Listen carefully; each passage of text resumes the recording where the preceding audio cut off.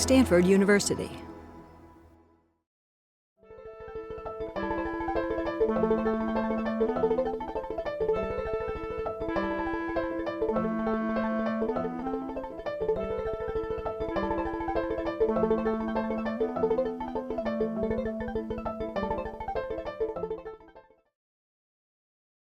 Hello, good evening. I'm Aaron Rodriguez, the director of the Stanford Humanities Center.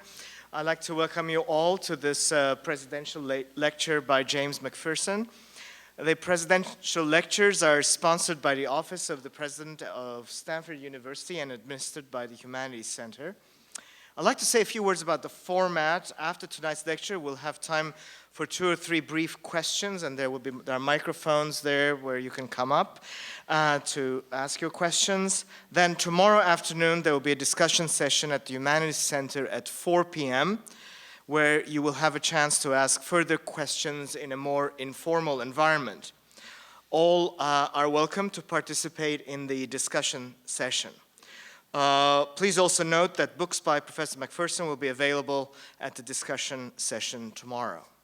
Now, let me turn to James Campbell, who will introduce James Mcpherson. Jim is the Edgar E. Robinson Professor in United States History at Stanford. Jim. Good evening, and thank you for coming. One of my favorite Monty Python bits involves a fake game show in which contestants are given 30 seconds to summarize Proust. You can imagine what follows. I bring this up tonight because our speaker, James Mcpherson, recently undertook a similarly daunting task and succeeded far better than I would have imagined possible. His recently published biography of Abraham Lincoln, entitled appropriately, Abraham Lincoln, is by my account about 15,000 words long. That's not exactly 30 seconds, but it's not much longer than your average New Yorker article. And I can say honestly that I recently read it during a round-trip commute on the train between here and Sunnyvale. I've been reading books about Lincoln for almost as long as I've been able to read, a practice that goes all the way back to a family trip to his home in Springfield when I was in 3rd or 4th grade. Given the size of Mcpherson's biography, I initially didn't expect much of it. But what I found was an exquisite work of scholarship, a kind of academic miniature which brought its subject to life far more vividly than biographies that were hundreds, in some cases thousands, of pages longer. The book exhibited all the qualities that we have come to expect from Professor Mcpherson's scholarship: judicious judgment, graceful prose, and a novelist's sense of character and place. All suffused, I think, with a profound sense of tragedy and irony. And if I'm right about that, it is a sense of tragedy and irony that flows from a recognition that Mcpherson shares with Lincoln himself, that there is an inescapable disjunction between human intentions and the purposes of the Almighty. All of which is to say that if anyone ever creates a summarizing Lincoln contest, I know who my money will be on. James Mcpherson was born in Valley City, North Dakota.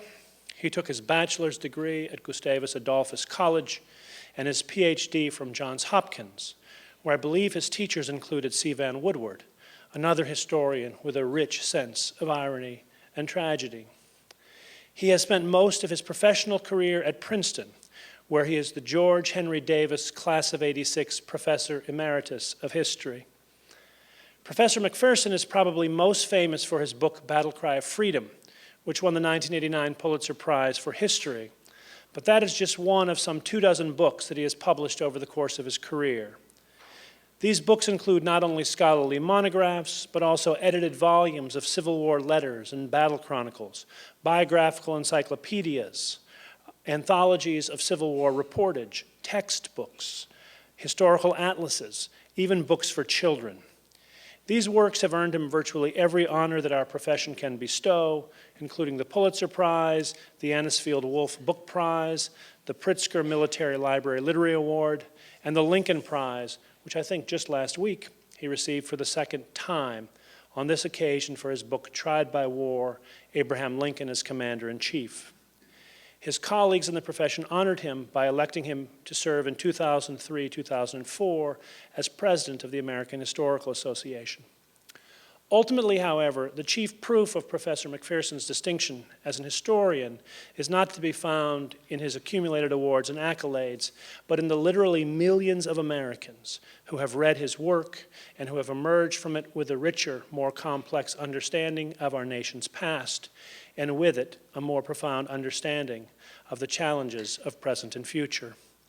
More than any other historian of his generation, Professor Mcpherson has insisted that professional historians can, should, must talk to more than one another, that there is a broad public audience for historical scholarship, and that we can address this audience without in any way watering down our arguments or compromising our professional standards. His own success in reaching this audience is a function, I think, not only of the grace and clarity of his writing, but also of his passion for his subject, a passion that literally leaps off the pages of his books. This passion has made him something of a living legend at Princeton, where thousands of students and alumni have had the opportunity to tour Civil War battlefields like Gettysburg and Antietam under his instruction.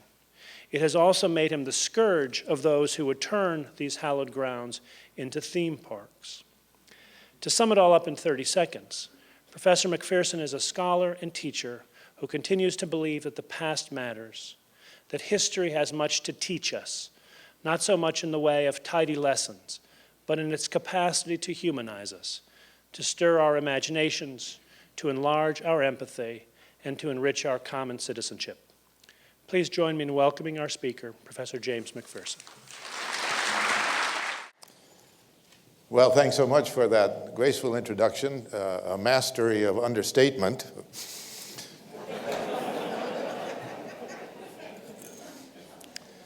Most historians, including myself, would classify their craft as belonging to the discipline of humanities. Some of my colleagues might prefer to think of history as a social science, past politics or past sociology, as it were, but I think they're in the minority. At my university, as at most others, history courses fulfill the humanities requirement. Writing and teaching history is more of an art than a science. We cannot quantify the fragmentary evidence on which we base our understanding of the past and its meaning in the same way we quantify the masses of data that define our contemporary world. Historical research is not the same as market research. But in one sense, there is a glaring anomaly in the classification of history as a humanities discipline.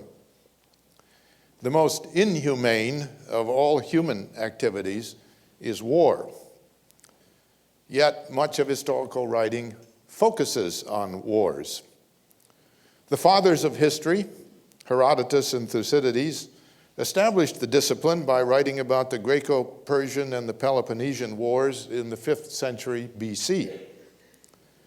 For the next 24 centuries, narratives of wars and of political events related to the causes and consequences of wars continued to dominate historical writing. Among professional historians, it has only been in the last half century or so that military, diplomatic, and political history have declined in importance to be eclipsed by social and cultural history. Yet even today, military history remains more popular with non-professional audiences, as testified by the offerings of the History Channel and the History Book Club. Warfare, regrettably, has been for millennia one of humankind's main activities. For better and worse, it has done more to shape the destiny of nations and of peoples than anything else. War has been an engine of progress as well as of death and destruction. It has brought out the best and the worst in many societies. In American history, wars gave birth to the nation, preserved its existence, ended slavery, and in 1945, liberated oppressed peoples in Europe from one of the darkest tyrannies ever known. But American wars also extinguished the title of native peoples to their land, expanded the nation's borders by force, and resulted in atrocities that have betrayed our best ideals. We may deplore some of these consequences, but we cannot ignore them. In their inhumanity, they are as much a part of our humanity as social reform, economic growth, technological and scientific progress, political change, literature, and the arts. In fact, an integral part of all of these. During World War II, the famous literary critic Norman Forster edited a volume of essays titled The Humanities After the War. What the humanities seek to preserve and promote, he wrote, constitute the very aim of our fighting in a world in danger of being overwhelmed by the inhumanities. The same could be said of the American Civil War. In his second inaugural address on March 4th, 1865, President Abraham Lincoln looked forward to a post-war era that would, as he said, bind up the nation's wounds with malice toward none, with charity for all, with firmness in the right to do all which may achieve and cherish a just and a lasting peace. Yet, he also said in the second inaugural, if God willed that this mighty scourge of war should continue until all the wealth piled by the bondman's 250 years of unrequited toil shall be sunk, and until every drop of blood drawn with the lash shall be drawn with another, paid by another drawn with the sword, as was said 3,000 years ago, so still it must be said, the judgments of the Lord are true and righteous altogether. This paradox of relentless war to achieve a just and lasting peace has characterized many wars. Sometimes the paradox is resolved. Often it is not.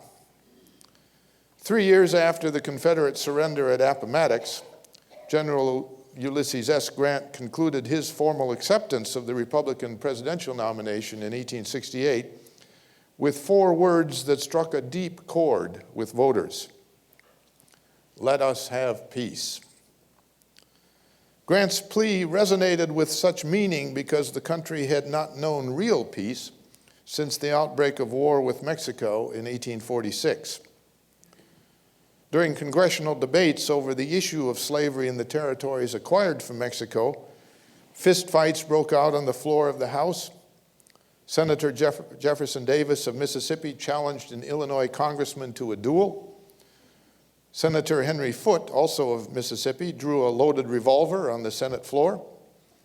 And Congressman Alexander Stephens of Georgia declared that to resist the dictation of northern hordes of Goths and Vandals, the slave states must make the necessary preparations of men and money, arms and munitions, etc., to meet the emergency. If you thought incivility characterized Congress today, think of that.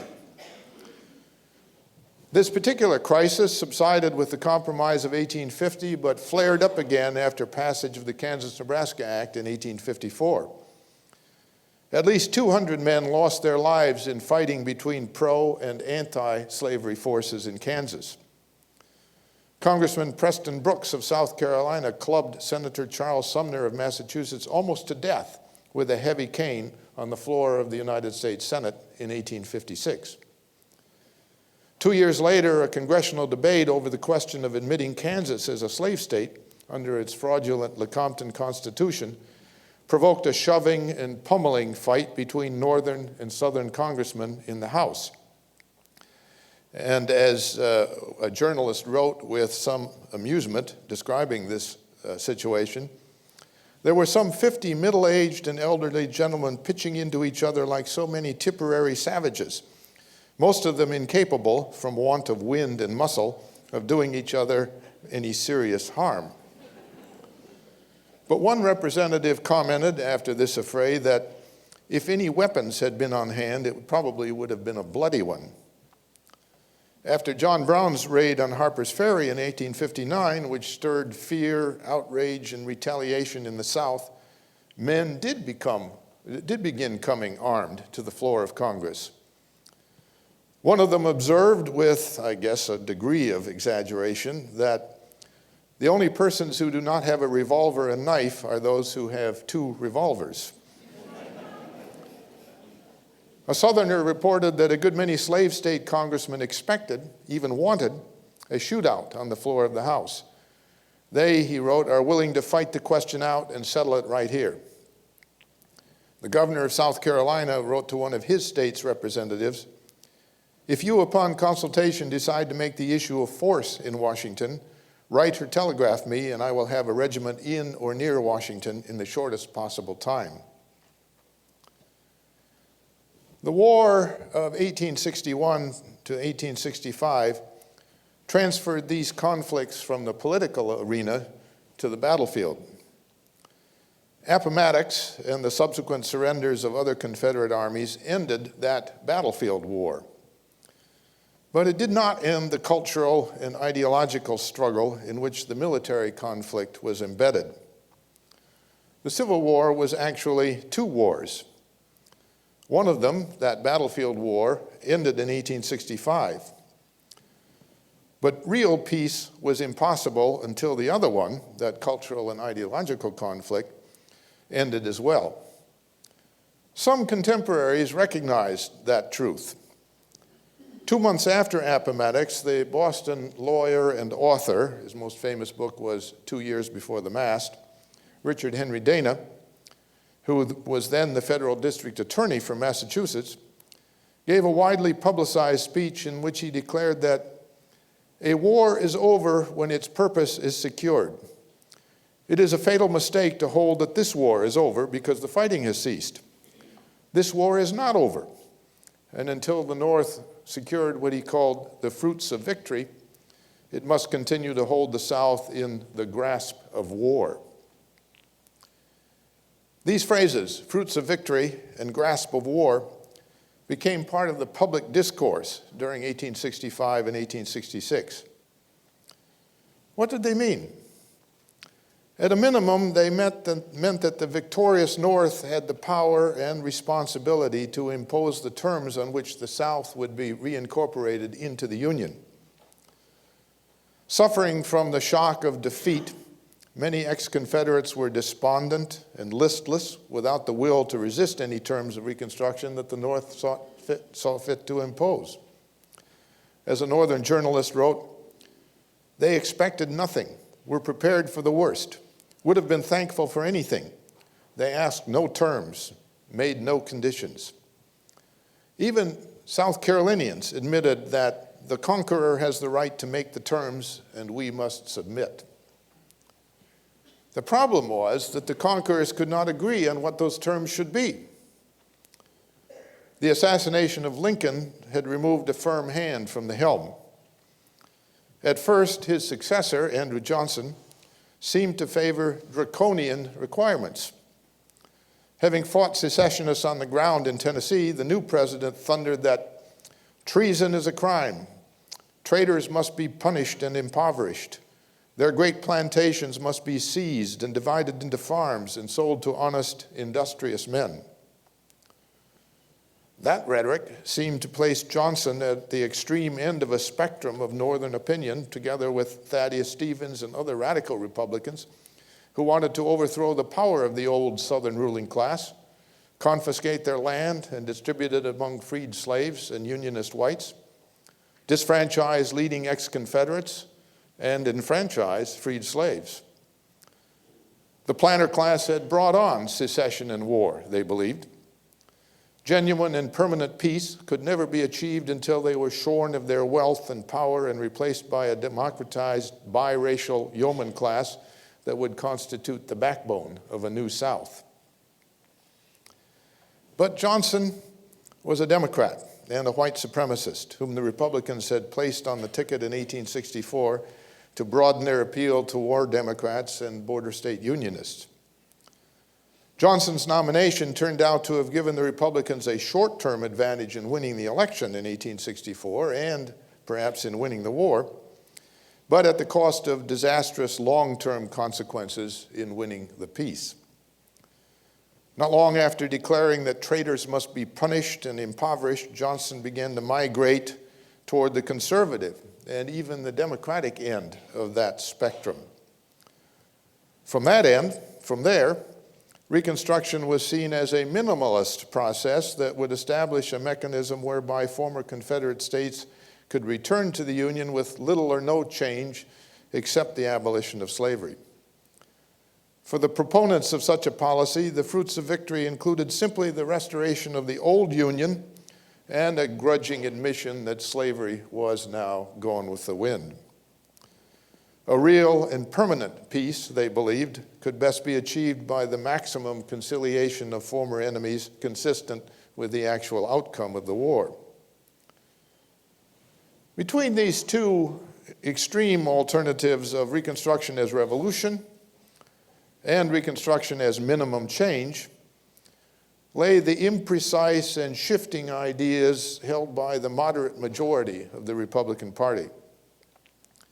For them, the fruits of victory included an irrevocable repudiation of secession, ratification of the 13th Amendment abolishing slavery, some kind of federal guarantee for the civil rights of former slaves, if not their immediate enfranchisement as voters, security and political power for Southern white Unionists, and at least temporary political disqualification of leading ex-Confederates. When Andrew Johnson moved toward the conservative end of the spectrum in 1865 and 1866, the moderate Republicans moved in countervailing fashion closer to the radical position, which produced a growing polarization between President and Congress that led to Johnson's impeachment in 1868 and his escape from conviction by the Senate by a single vote. In the spring and summer of 1865, Johnson issued proclamations of amnesty and Reconstruction that offered full pardons and restoration of property, except slaves, to most ex-Confederates if they took an oath of allegiance to the United States. Several classes of high-ranking Confederate civil and military officers and wealthy Southerners were exempted from this blanket offer of amnesty, but they could apply for individual pardons. Johnson pardoned them in large numbers, more than 13,000. Once pardoned, these Southern whites, along with those who had never supported the Confederacy, could proceed to adopt new state constitutions and elect new governors, legislatures, congressmen, and senators. Freed slaves were excluded from this process. In fact, several of the new Southern governments enacted the so-called Black Codes that codified explicit second-class citizenship for freed people. Johnson's restoration of property to amnestied and pardoned ex-Confederates also drove tens of thousands of freed slaves off land that they had farmed for themselves for a year. The president vetoed a Freedmen's Bureau bill that would have given the Bureau authority to place freedmen on abandoned land in the former Confederacy. Under the new state governments formed under Johnson's policy, voters elected hundreds of ex-Confederate officials to state offices and elected to the United States Congress no fewer than 9 Confederate congressmen, 7 Confederate state officials, 4 generals, 4 colonels, and Confederate Vice President Alexander H. Stephens. To angry Republicans and to the Northern people generally, it appeared that the rebels, unable to capture Washington in war, were about to do so in peace. They were determined not to let that happen. In December 1865, the Chicago Tribune expressed a growing sentiment in the North. This editorial focused in particular on the Mississippi Black Code, but by implication addressed the growing defiance of Southern whites in general. "We tell the white men of Mississippi," thundered the Tribune, "that the men of the North will convert the state of Mississippi into a frog pond before they will allow such laws to disgrace 1 foot of the soil in which the bones of our soldiers sleep and over which the flag of freedom waves." For the next 2 years, a bitter struggle in Washington made a mockery of the hopes for peace that had blossomed at Appomattox. With their 3/4 majority in Congress, Republicans refused to admit the representatives and senators elected by Southern states. Congress passed a civil rights bill and a Freedmen's Bureau bill over Johnson's vetoes and adopted the 14th Amendment to the Constitution, which Johnson counseled Southern state legislatures to reject. In the midterm elections of 1866, Northern voters resoundingly repudiated a conservative coalition that Johnson's supporters had cobbled together, and Republicans maintained their three-quarters majority in both houses of Congress. They proceeded to enact a series of laws over Johnson's vetoes that mandated new state constitutions in the South, providing for universal manhood suffrage, in other words, black suffrage, and for temporary disfranchisement and political disqualification of many ex-Confederates. New Republican-controlled state governments came into existence in 1868 and 1869. They created the first public school system in the South and enacted other progressive social legislation. They also ratified the 14th and 15th Amendments to the Constitution banning racial discrimination in civil rights and voting rights. President Johnson tried to hinder every step of this process by executive obstruction. That's why the House impeached him and the Senate almost convicted him. The most pernicious effect of Johnson's obstructionism was its encouragement of growing white resistance in the South. By the fall of 1865, the immediate post-war passiveness of Southern whites had metamorphosed into defiance. After all, the President of the United States seemed to be on their side. In September 1865, a leading Alabama politician scoffed at Republican insistence on guarantees of Southern white loyalty and good behavior. "It is you, proud and exultant radical, who should give guarantees that you will not again deny to any portion of the people their rights." 2 months later, Wade Hampton, one of the South's richest antebellum planters and a Confederate cavalry commander during the war, said that it is our duty to support the President of the United States so long as he manifests a disposition to support all our rights as a sovereign state. Well, that sounded like 1860 all over again. Many Southern whites agreed with South Carolina's Thomas Pinckney Lowndes, who wrote several years later that, "For us, the war was not ended. We had met the enemy in the field and lost our fight. But now we were threatened with a servile war, a war in which the Negro savage, backed by the United States and the intelligent white scoundrel as his leader, was our enemy." Southern whites acted on that premise. Violent acts spread through the South, ranging from midnight assassinations of black and white Republicans to full-scale riots in Memphis and New Orleans in 1866 that killed 46 and 37 blacks, respectively. A shadowy organization with the ominous-sounding name of Ku Klux Klan carried out many of these actions. Similar secret societies arose in other states. Louisiana experienced the worst violence. Hundreds of victims of guerrilla attacks met their deaths in Louisiana in the 3 years between Appomattox and Grant's nomination for president. Paramilitary groups composed mostly of Confederate veterans killed hundreds more in other states. Federal occupation troops were too few and spread too thinly to prevent most of these killings. Little wonder that people longed for surcease from constant strife and crisis. "Let us have peace," echoed many newspapers when they published Grant's acceptance letter. If anyone could win the peace, they hoped, it was the man who had won the war. But there was no peace. It was not for lack of trying.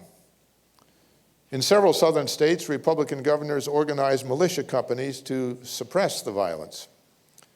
In Tennessee, Arkansas, and some other places, they enjoyed considerable success. But these results were exceptional.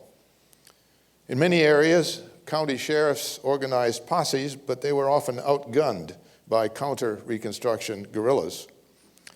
The sheriff of Fayette County, Alabama, explained another problem. "When I gather my posse," he testified, "I could depend on them. But as soon as I get home, I meet my wife crying, saying that they have been there shooting into the house. When we scatter to our houses, we do not know at what time we are to be shot down. And living with our lives in our hands this way, we have become disheartened.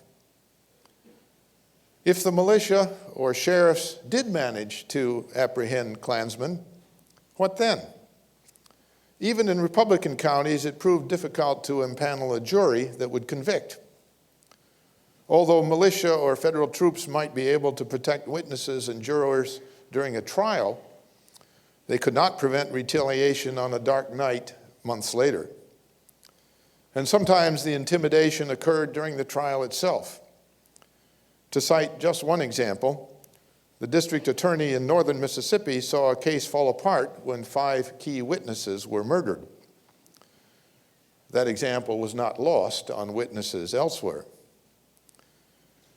North Carolina's governor, William W. Holden, came to grief because of his attempt to stamp out the Klan. County sheriffs and civil courts proved helpless to contain a rising wave of terror that swept over that state in early 1870. The legislature authorized Holden to proclaim a state of insurrection, but refused him the power to declare martial law or to suspend the writ of habeas corpus. Knowing that nothing short of these measures would do the job, Holden, in effect, declared martial law by executive order. The militia arrested scores of Klansmen. Dozens of others turned state evidence in hopes of a light or suspended sentence.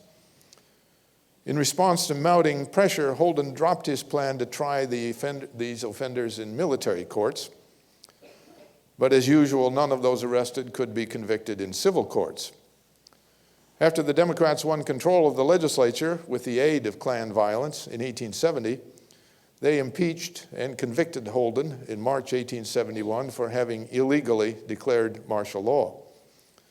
He was the first governor in American history to be removed from office by impeachment.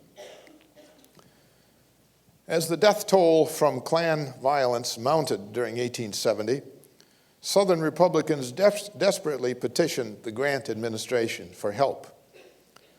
Rigorous legislation to enforce the 14th and 15th Amendments became major items of congressional business. A stumbling block to such legislation was the federal system, under which the states had jurisdiction over such crimes as murder, assault, arson, and the like. In the view of some moderate Republicans, the prosecution of such crimes by federal officials and in federal courts would stretch the Constitution to the breaking point. Nevertheless, the clauses of the 14th and 15th Amendments giving Congress the power to enforce their provisions by appropriate legislation seem to provide constitutional sanction for this radical departure from tradition. Missouri's Senator Carl Schurz, a refugee from the 1848 revolution in Prussia, a founder of the Republican Party and a major general in the Civil War, now in the Senate, eloquently supported an enforcement law. In a Senate speech, he scorned the Democrats' incessant harping on, these are Schurz's words now, what they euphoniously called local self-government and state sovereignty. In the name of liberty, they asserted the right of one man under state law to deprive another man of his freedom. But the great constitutional revolution, as Schurz described it, accomplished by the war, brought the vindication of individual rights by the national power. The revolution found the rights of the individual at the mercy of the states and placed them under the shield of national protection. And how did Democrats respond? Schurz asked rhetorically. As they once asserted that true liberty implied the right of one man to hold another man as his slave, they will tell you now that they are no longer true free men in their states because they can no longer deprive other men of their rights. In May 1870, Congress passed an enforcement act that made interference with voting rights a federal offense and defined as a felony any attempt by one or more persons to deprive another person of his civil or political rights. But at first, President Grant, concerned about accusations of military rule, was reluctant to use the Army to enforce the law. Klan violence continued to increase. Grant and his new Attorney General, a man named Amos Ackerman, who was actually a white Unionist from Georgia during the war, finally decided to take off the velvet glove that had cloaked the iron fist.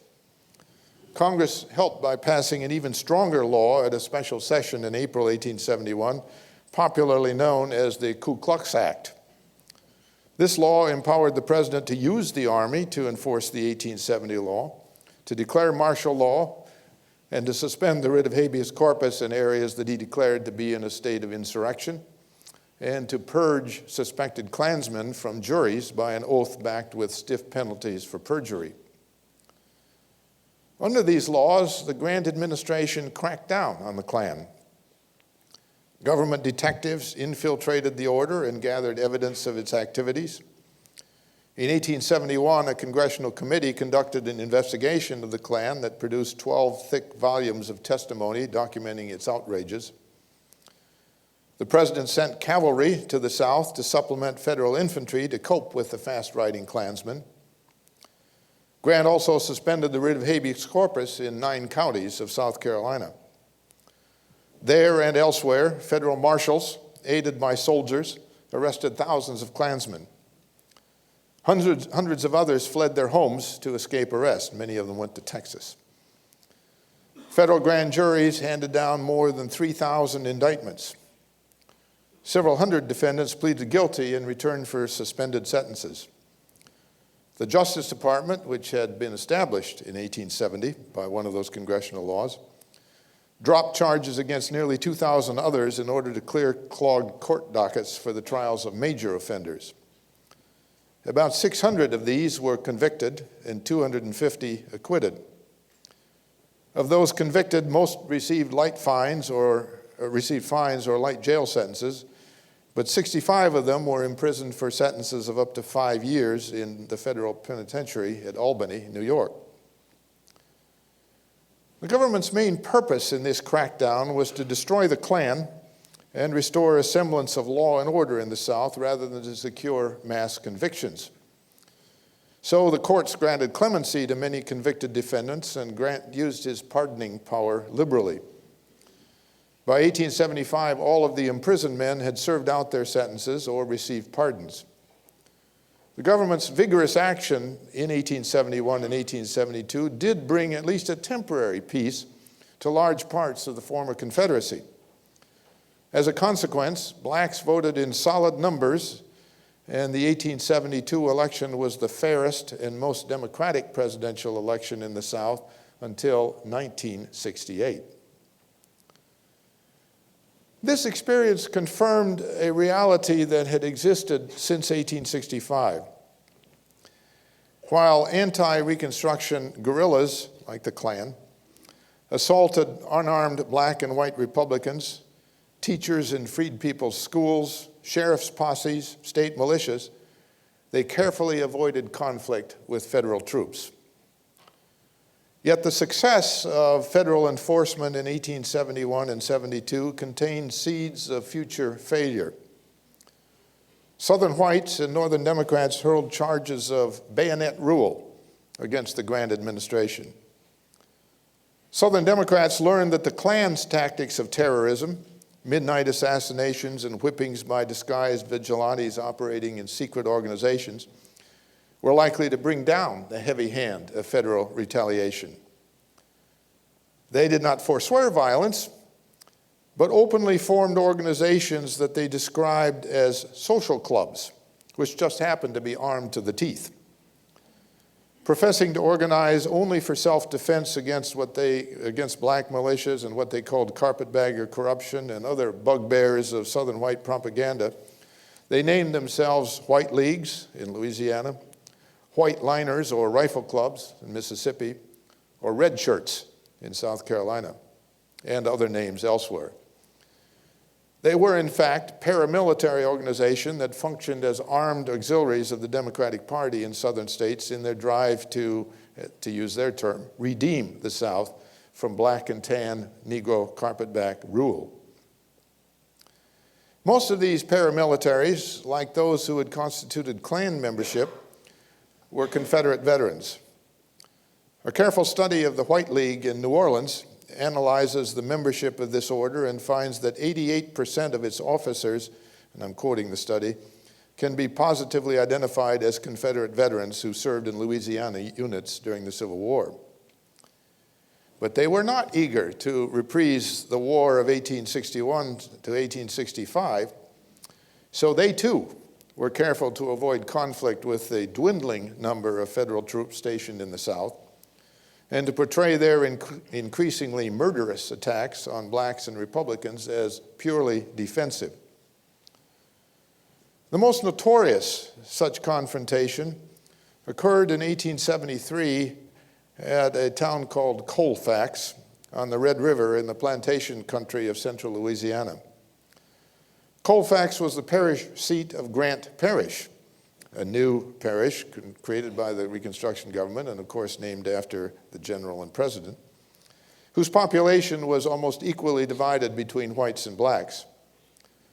Disputed elections had left rival claimants for control of both the state and parish governments.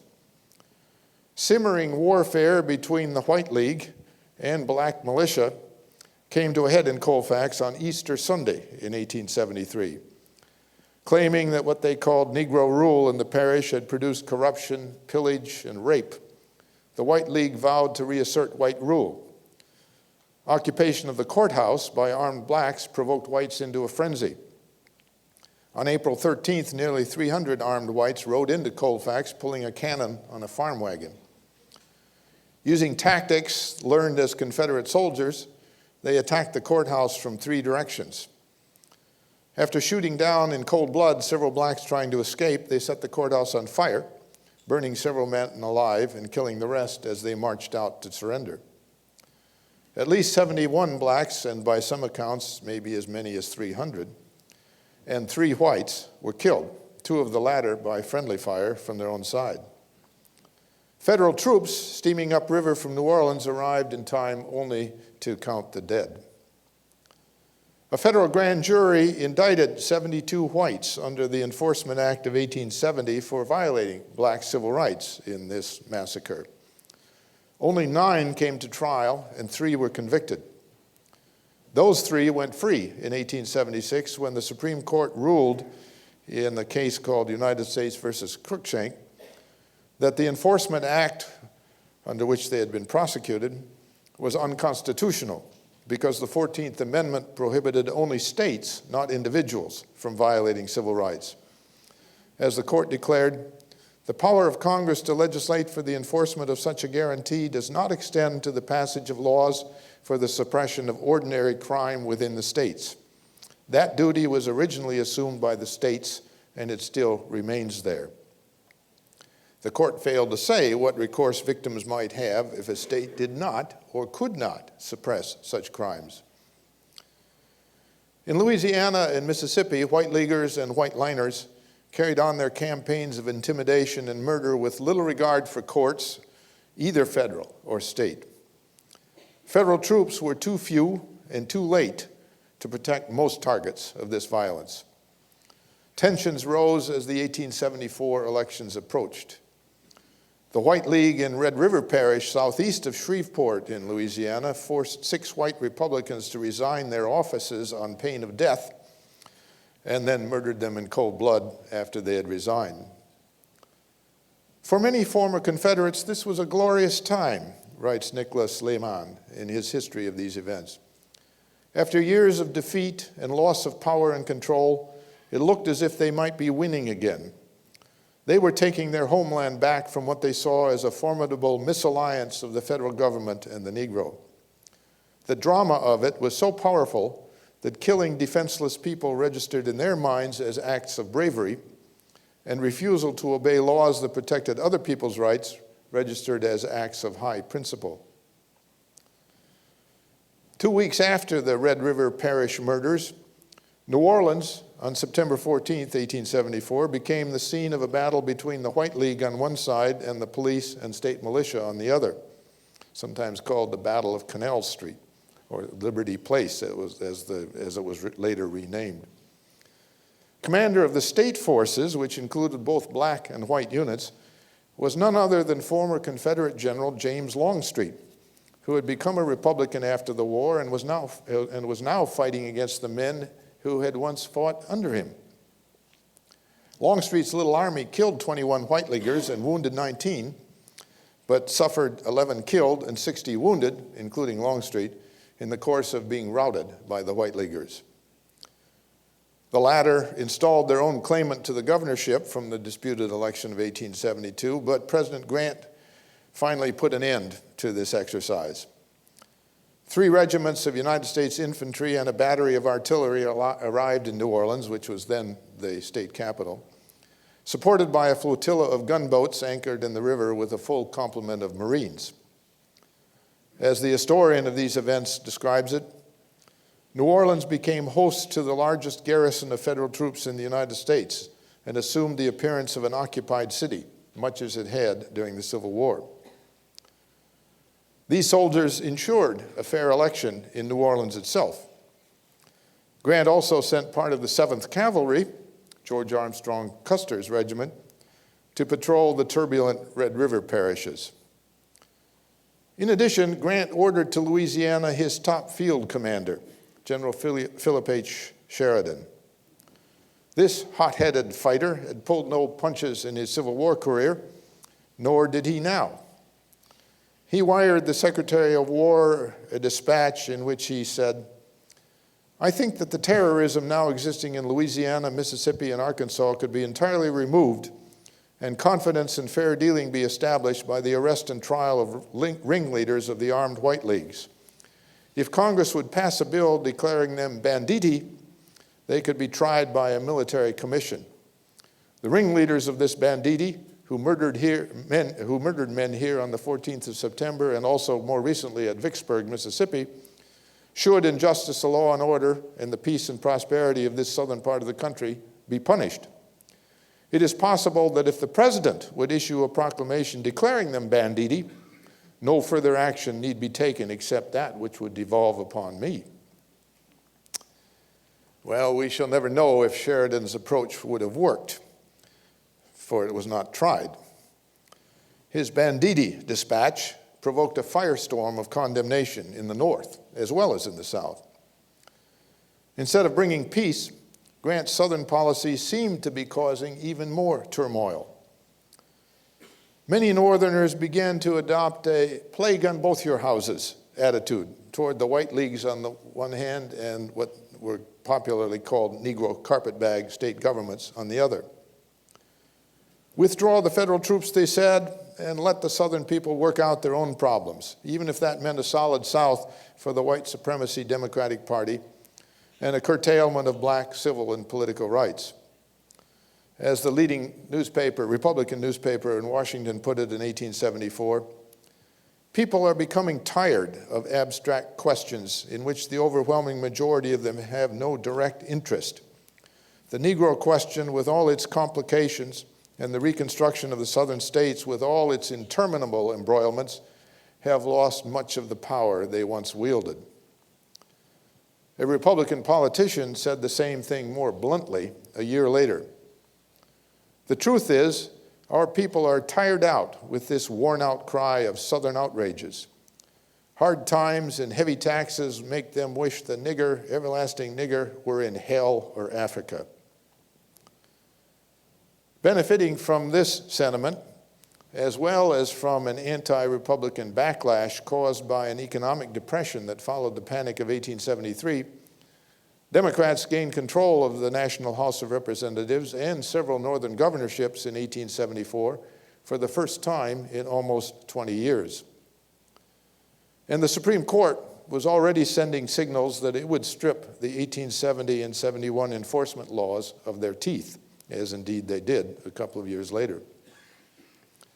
Despite the presence of federal troops in Louisiana, the election of state legislators in 1874 produced a new round of disputed results.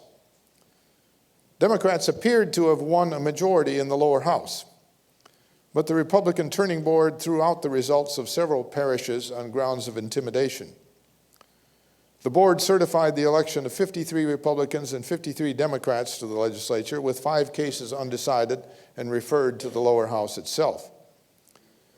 When that body convened on January 4th, 1875, Democrats carried out a well-planned coup to name a speaker, swear him in, and pass a motion to seat the 5 Democratic claimants before the befuddled Republicans could organize to prevent it.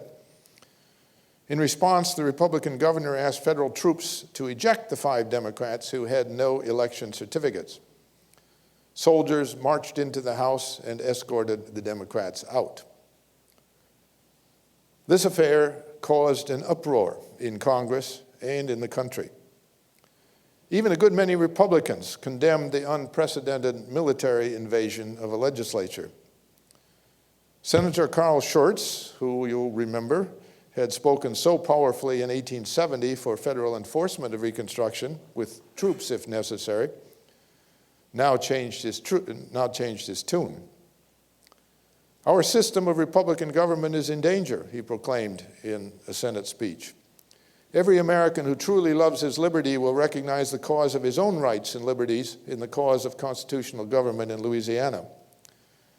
The insidious advance of irresponsible power, Schurz went on to say, had drawn sustenance from the argument that it was by federal bayonets only that the colored man may be safe.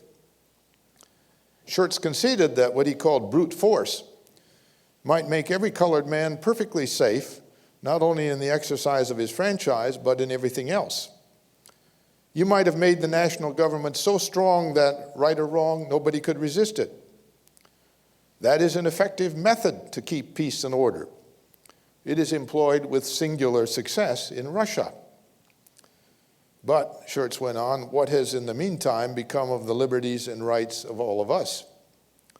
Asked this 48er from the Prussian and German revolutions of 1848, which had been suppressed by the government and forced Schurz to leave Germany to escape such tyranny. If this can be done in Louisiana, he said, how long will it be before it can be done in Massachusetts and in Ohio? How long before the constitutional rights of all the states and the self-government of all the people may be trampled underfoot? How long before a soldier may stalk into the National House of Representatives and pointing to the speaker's mace say, take away that bauble? Well, a compromise kept the Republican administration in Louisiana afloat for 2 more years. In 1875, the focus of attention shifted to neighboring Mississippi, where legislative elections were taking place that year. Of all the Reconstruction state governments, Mississippi's was one of the most honest and efficient. And of all of the so-called carpetbaggers, Governor Adelbert Ames was one of the most able, effective, and idealistic. Few carpetbaggers fit the nefarious stereotype of the genre, and Ames fit it least of all. Having graduated near the top of his West Point class of 1861, this native of Maine fought in most of the battles of the Eastern Theater in the Civil War, received the Medal of Honor, and was promoted to Brevet Major General in the regular United States Army in 1865 at the age of 29. After commanding the military district of Mississippi and Arkansas and shepherding these states back into the Union, Ames was elected senator from Mississippi in 1870 and governor in 1873. His experiences produced a deep and genuine commitment to education and equal justice for the freed people. But to most whites in Mississippi, it mattered little that the state government under Ames was relatively honest and efficient by the standards of the time. It was not their government. Whites owned most of the property and thus paid most of the taxes. They resented the portion of those taxes that went to black schools. The black majority in Mississippi sustained Republican county and state governments for which very few whites had voted. The White Line Rifle Clubs were determined in 1875, as they expressed it, to carry the elections peacefully if we can, forcibly if we must. And their strategy became known as the Mississippi Plan. Part of this plan involved economic coercion of black sharecroppers and laborers who were informed that if they voted Republican, they could expect no further work. But violence, threatened and actual, was the main component of the Mississippi Plan. White liners discovered that their best tactic was the riot. When Republicans held a political rally, several white liners would attend with concealed weapons, and others would lurk nearby in reserve. Someone would provoke a shoving or heckling incident. Someone else would fire a shot, always attributed to a Republican, whereupon all hell would break loose. When the shooting finally stopped, black and Republican casualties usually outnumbered white liner casualties by at least 20-1. Then the white liners would ride out into the country and shoot down any black men they suspected of political activism, and sometimes his family as well. Several years later, one white liner candidly confessed that the question which presented itself then to the people of Hinds County was whether or not the Negroes, under the Reconstruction laws, should rule the county. Throughout the countryside for several days, the Negro leaders, some white and some black, were hunted down and killed until the Negro population, which had dominated the white people for so many years, was whipped.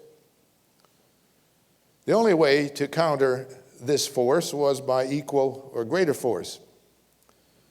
Ames was reluctant to mobilize the black militia, who in any case would be outnumbered and outgunned, because it would play into the hands of white propagandists who spouted endlessly about savage Africans murdering white men and raping their women. The only solution was federal troops. Ames sent an urgent message to Washington requesting them. Grant meant to comply. He instructed his Attorney General to prepare a proclamation ordering lawless persons to cease and desist, a necessary prelude legally to sending troops, but also to urge Ames, in Grant's words, to strengthen his position by exhausting his own resources in restoring order before he receives government aid. The Attorney General, a conservative Republican, goaded Ames more than Grant had intended. The whole public are tired out with these annual autumnal outbreaks in the South, wrote the nation's chief law enforcement officer, and the great majority are now ready to condemn any interference on the part of the government.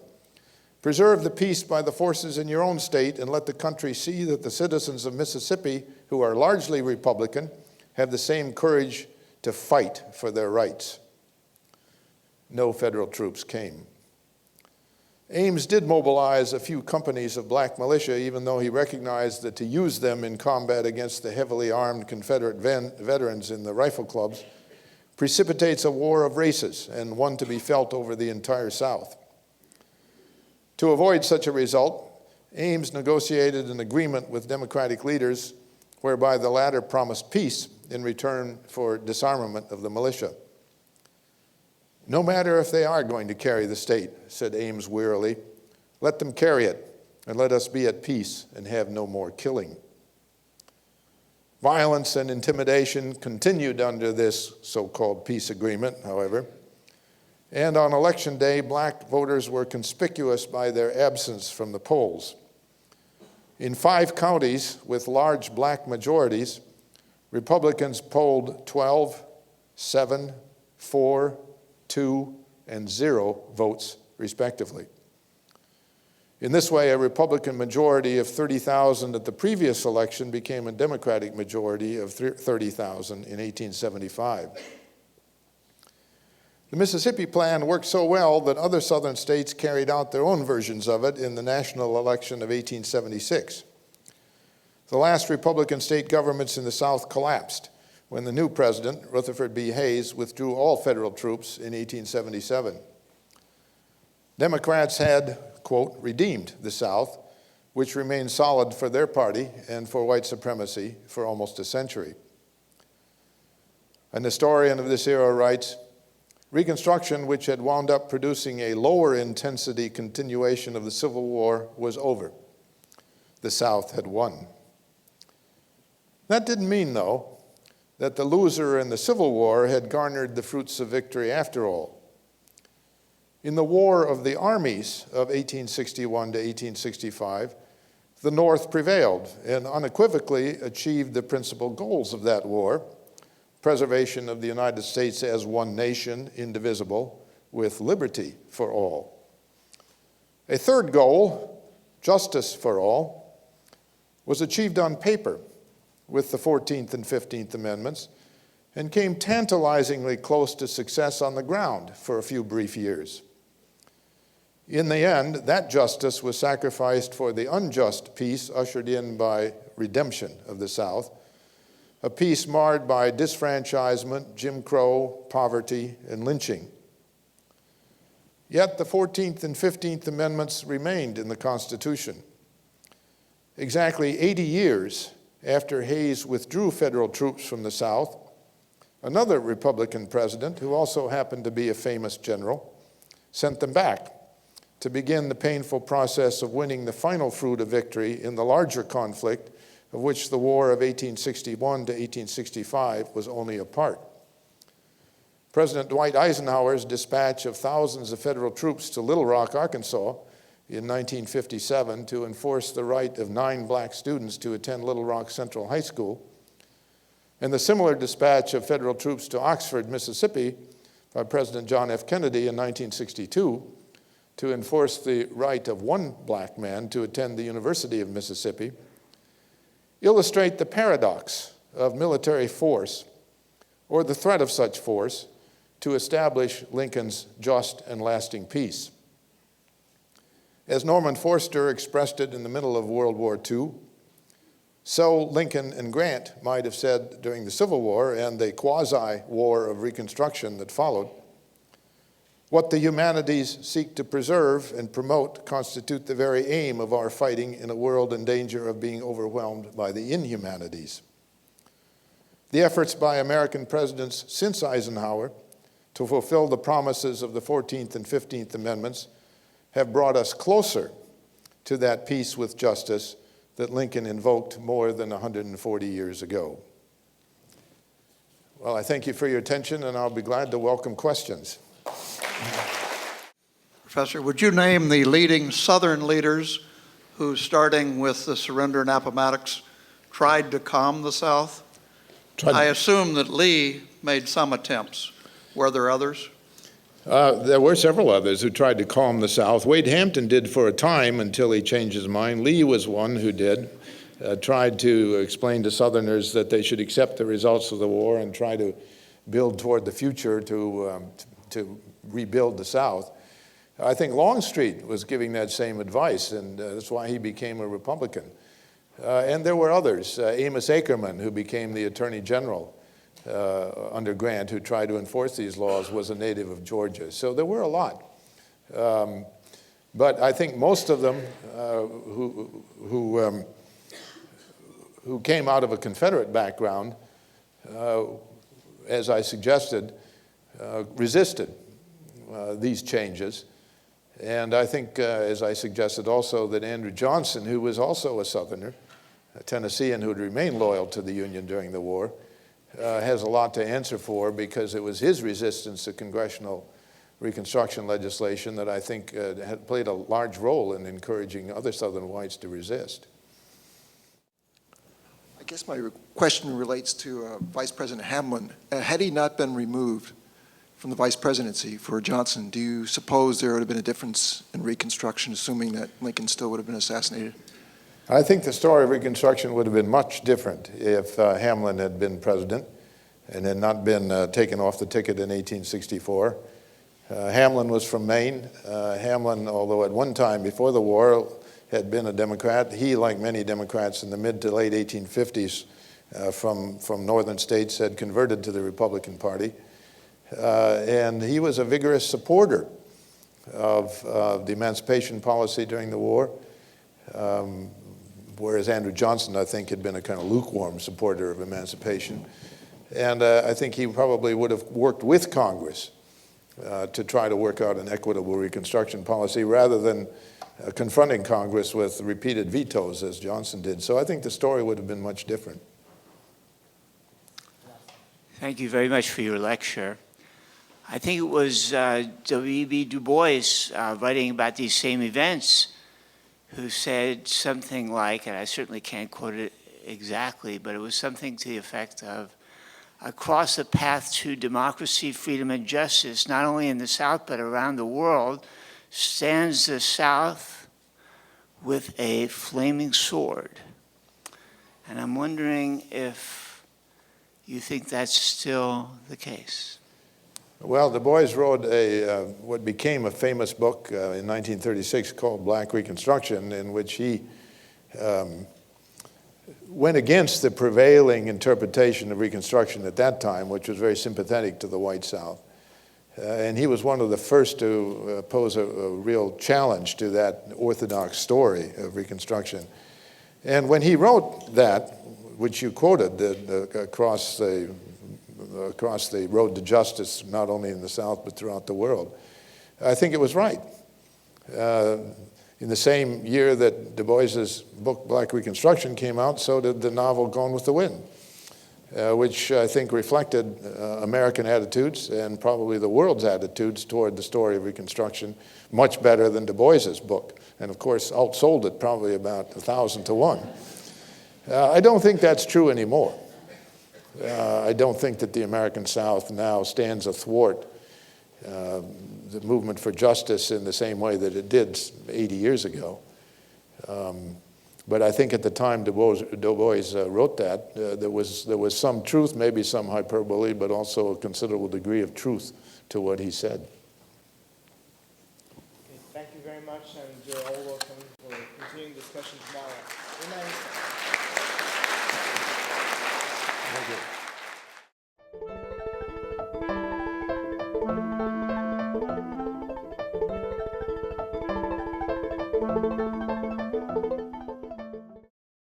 For more, please visit us at stanford.edu.